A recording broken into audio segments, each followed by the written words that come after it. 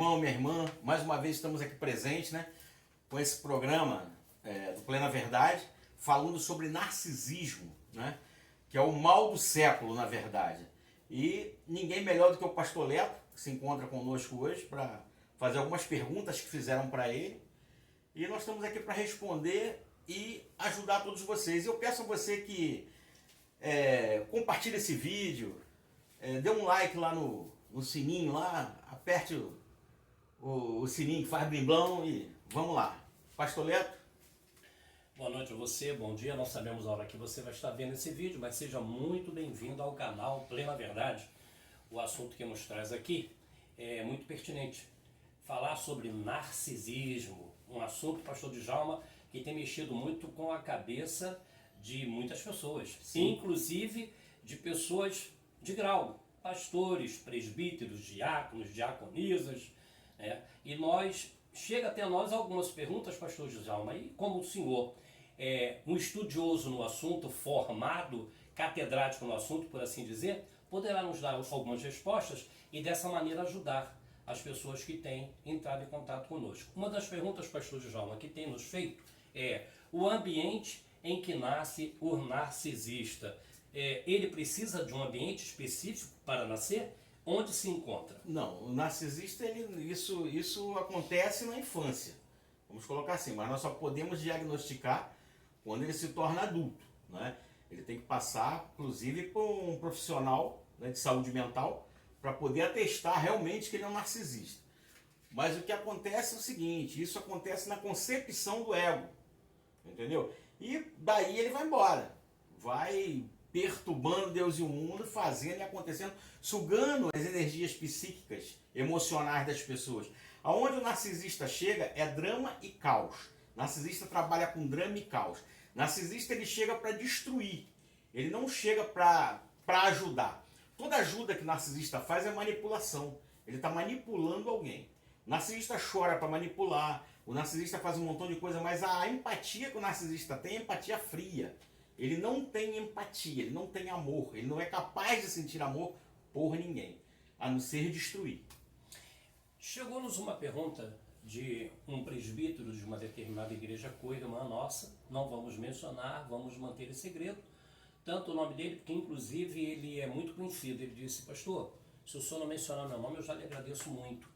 Ele disse que no altar aonde ele está sendo perseguido. Ele diz que tudo que ele faz em prol do altar tem sempre a liderança acima dele, cobrando e falando, tipo, não era para você fazer. Pastor Djalma, no altar, esse tipo de comportamento é classificado como narcisismo? Sim, hoje o narcisista encontrou um terreno fértil dentro das religiões, né? Principalmente dentro das igrejas evangélicas. Por quê? Ficou mais fácil para ele ficar lá dentro e ele alcançar a liderança, né?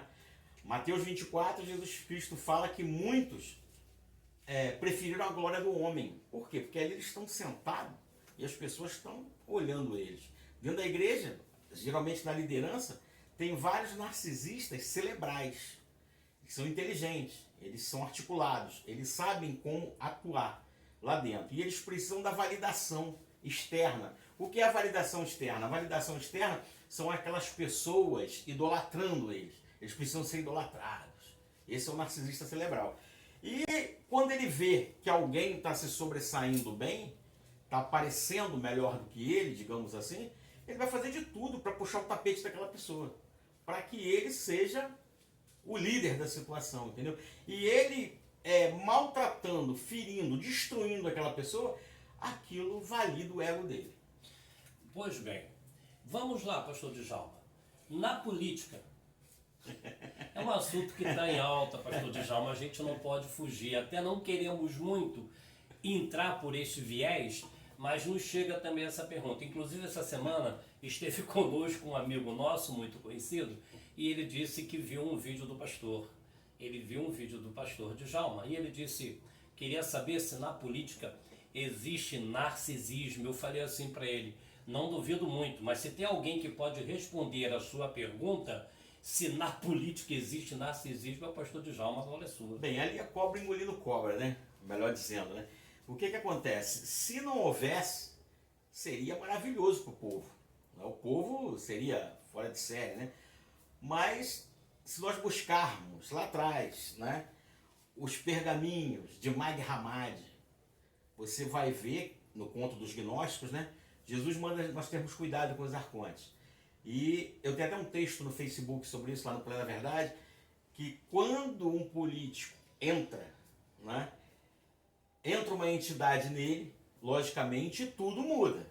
Tudo vai mudar.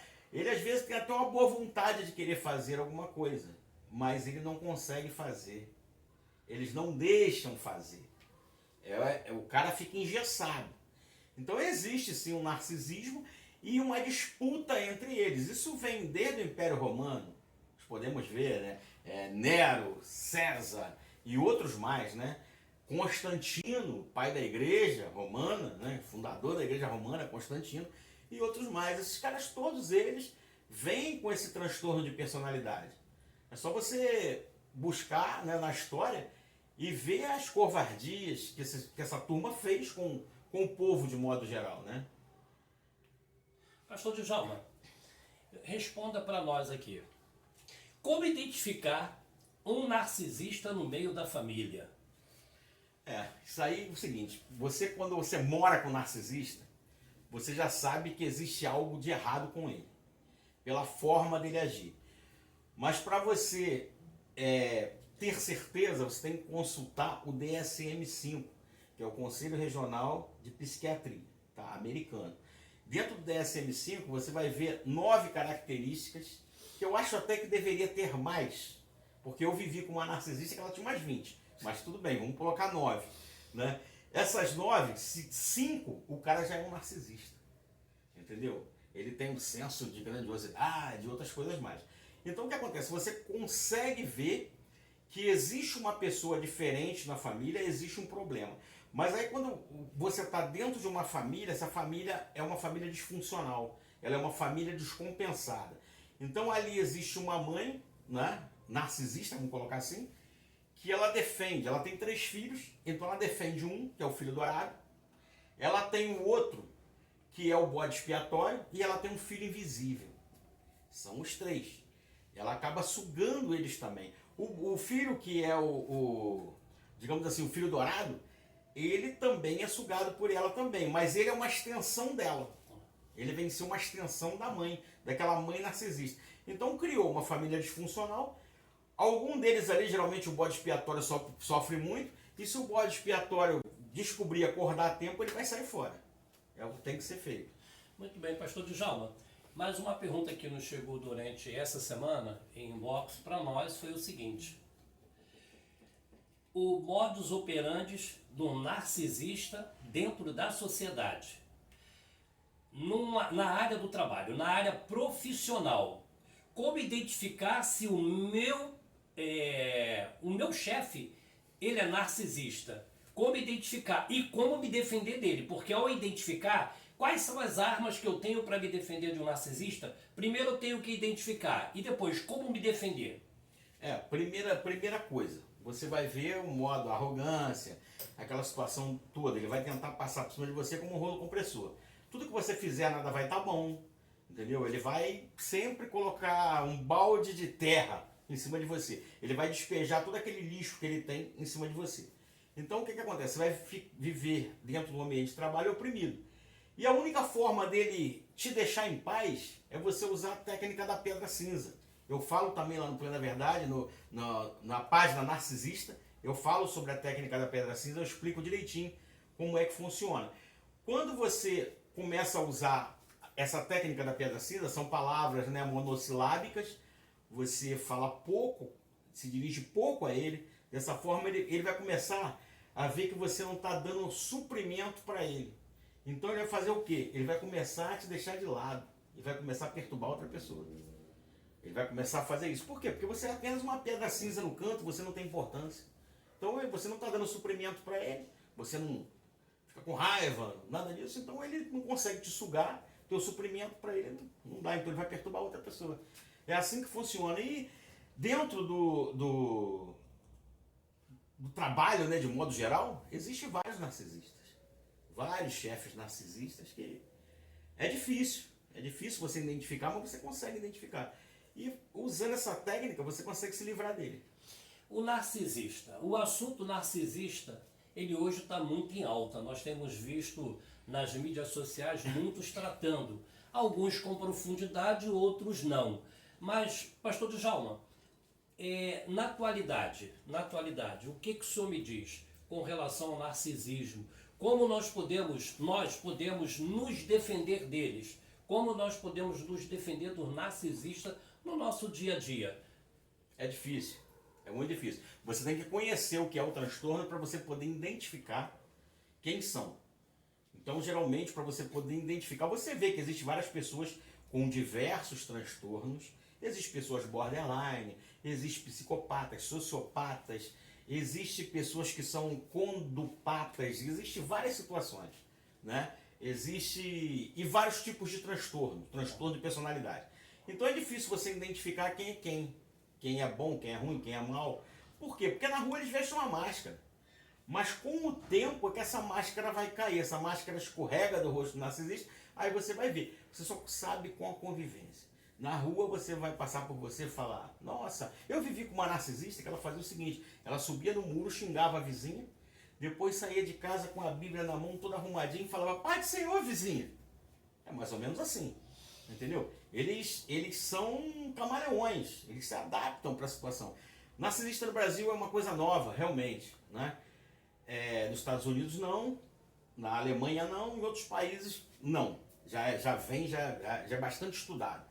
Agora no Brasil é uma coisa nova e nós não temos profissionais adequados que entendam. Nós temos pessoas que especulam alguma coisa, mas são poucos profissionais. Nós temos profissionais excelentes como o Dr. Curti Mendonça, nós temos a Amanda, nós temos a doutora Helena Rodrigues, nós temos uma galera boa, Carolzinha Delfino, também fera, entendeu? A Ângela Oliveira também, e outra galera aí que tem trazido conteúdo de suma importância para que as pessoas conheçam a dinâmica.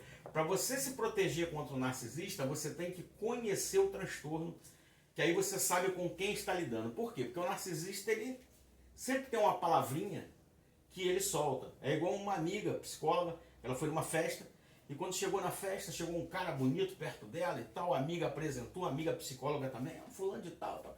Ela olhou e se interessou pelo cara. Começou a rolar um papo.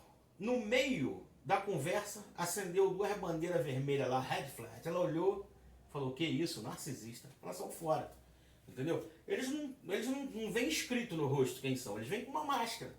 E aquela máscara, com o passar do tempo, aquela máscara vai cair, aí você vai saber quem é. Mas quando você começa a conhecer a dinâmica, dentro de um relacionamento, você começa a ver quem é a pessoa.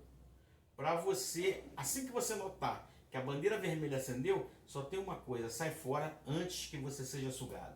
Porque a partir do momento que você começar a ser sugado, a tendência é adoecer, não tem volta. Pastor, o senhor acabou de falar algo interessantíssimo com relação ao que acontece com a outra pessoa que convive com o narcisista. Ela adquire muitas doenças, né? Sim, ela vai adoecer, porque ela é sugada. A psiquiatria chama os narcisistas de sugadores de alma, né? Eles sugam a sua energia psíquica e emocional. Aí fala, como é que ele consegue isso? Ele consegue isso criando drama e caos. Ele consegue isso no alto e baixo. Ele te dá 5 minutos de amor e um dia inteiro de briga. E você fica adestrado, né? Mas dentro de uma live dessa, né, nós temos que falar, entendeu? Então nós vamos falar. Quem é psicanalista sabe que não vale a pena, né? Tanto que Freud, ele atendia alguns pacientes de costa, porque ele tinha vergonha, né, de olhar tete a tete.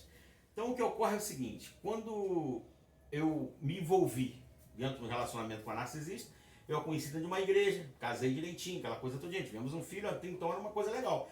De repente a máscara caiu, passou o período do Lover Bomb e começou aquela loucura toda. E eu comecei a adoecer, sem saber como e sem saber porquê. Mas ali eu já estava sendo sugado, psicologicamente. Não só eu, como o próprio filho. Meu filho virou o bode expiatório também da situação. Então a casa inteira adoeceu. Todos nós adoecemos. E por mais que nós tentávamos fazer algo, nós não conseguíamos. Por quê? Porque para você viver com o narcisista, tem que viver pisando em ovos. E o narcisista ele consegue tirar o suprimento sádico da pessoa, porque a pessoa não tem mais nada para dar, a pessoa já está doente. Então ele começa a criar confusão, onde eu falo drama e caos.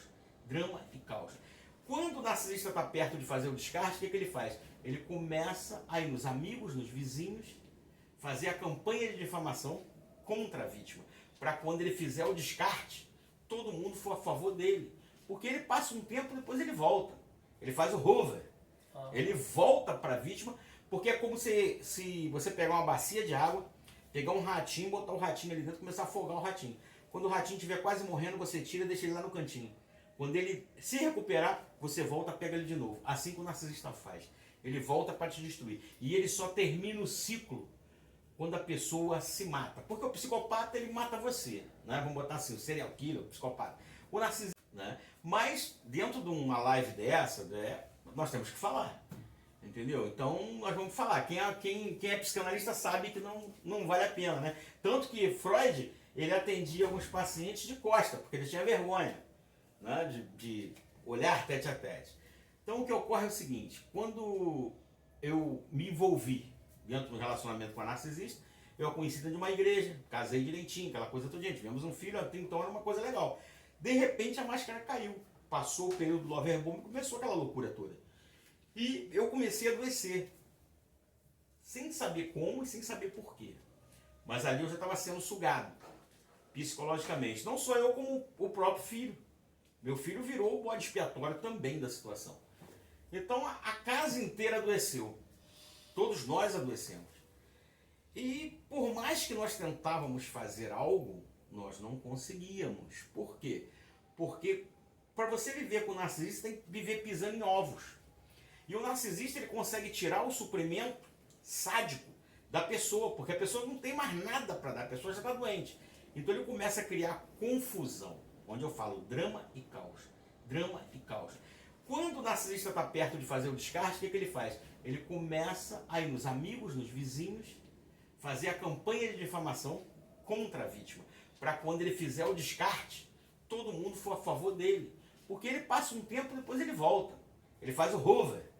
Ele volta para a vítima, porque é como se você pegar uma bacia de água, pegar um ratinho, botar o ratinho ali dentro e começar a afogar o ratinho. Quando o ratinho estiver quase morrendo, você tira e deixa ele lá no cantinho. Quando ele se recuperar, você volta, pega ele de novo. Assim que o narcisista faz. Ele volta para te destruir. E ele só termina o ciclo quando a pessoa se mata. Porque o psicopata, ele mata você. Né? Vamos botar assim, o serial killer, o psicopata. O narcisista não, ele te mata de dentro para fora aos poucos. Ele vem consumindo você. Ele vem tirando a sua vontade de viver. Ele destrói toda a alegria que você tem. Por quê? Porque o teu cérebro, ele começa a entrar em estado de alerta. E ali você começa, adrenalina, noradrenalina, e o cara começa a engordar, o cara começa a ficar doente, coração, artrite, artrose, fibromialgia, começa a aparecer um montão de doenças psicossomáticas. E ele vai sentindo aquilo tudo, o narcisista vai trabalhando. E volta e meia, o narcisista fala certas coisas. Porque quando eu comecei, né, com a narcisista, no período do Loverbomb, ela falou assim uma vez pra mim: a gente não pode ficar junto, porque um de nós dois vai adoecer. Ela já falava coisas pra mim que eu não entendia na época. Igual uma vez, ela num processo de depressão, eu levei ela na psicóloga, ela chegou na psicóloga, ela falou pra psicóloga lá, olhou pra minha cara e falou assim: eu escolhi você. Eu falei, caramba. E eu já sabia mais ou menos da dinâmica narcísica, né? Porque você estuda psicanálise, mas você não aprende certas coisas. Você não faz residência.